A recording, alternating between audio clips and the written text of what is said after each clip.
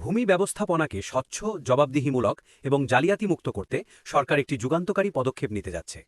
২০২৬ সালের জুন মাসের মধ্যে সব প্রক্রিয়া শেষ। জুলাই থেকে পূর্ণাঙ্গ ডিজিটাল বিডিএস। ভূমি মন্ত্রণালয়ের ঘোষণা অনুযায়ী ২০২৬ সালের জুনের মধ্যে ত্রুটিপূর্ণ দলিল বাতিল করা হবে এবং জুলাই থেকে চালু হবে ডিজিটাল ভূমি জরিপ বা বিডিএস। কোন ৬ ধরনের দলিল বাতিল হবে? ১. প্রতারণামূলক হেবা, জালিয়াতি বা অক্ষম ব্যক্তিকে ব্যবহার করে নেওয়া দলিল। ২. সীমালঙ্ঘিত ওসিয়তনামা, মোট সম্পত্তির ১/৩ ভাগের বেশি করা ওসিয়তনামা। ৩. রেজিস্ট্রেশনবিহীন দলিল, নিবন্ধন ছাড়াই করা মালিকানার দাবি। জালিয়াতি করে নেওয়া হেবা দলিল, ওসিয়তনামা দলিলের আইনগত সীমা লঙ্ঘন এবং রেজিস্ট্রেশনবিহীন সব দলিল অবৈধ বলে গণ্য হবে। ৪. জাল দলিল, নকল কাগজপত্রের মাধ্যমে তৈরি দলিল। ৫.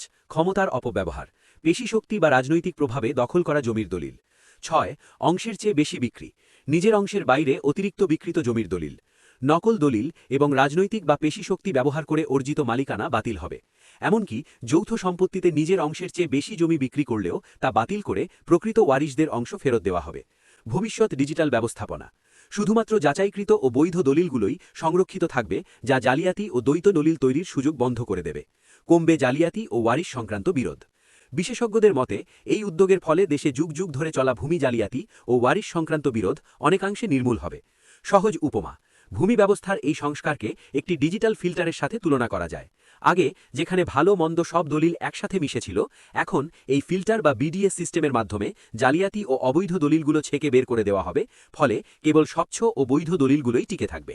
এই ধরনের গুরুত্বপূর্ণ ও উপকারী ভিডিও পেতে এখনই আমাদের চ্যানেলটি সাবস্ক্রাইব করুন। ভিডিওটি ভালো লাগলে অবশ্যই লাইক দিন এবং এমন তথ্য অন্যদের জানাতে শেয়ার করতে ভুলবেন না। আমাদের পেজটি ফলো করে পাশে থাকুন সবসময়। ধন্যবাদ।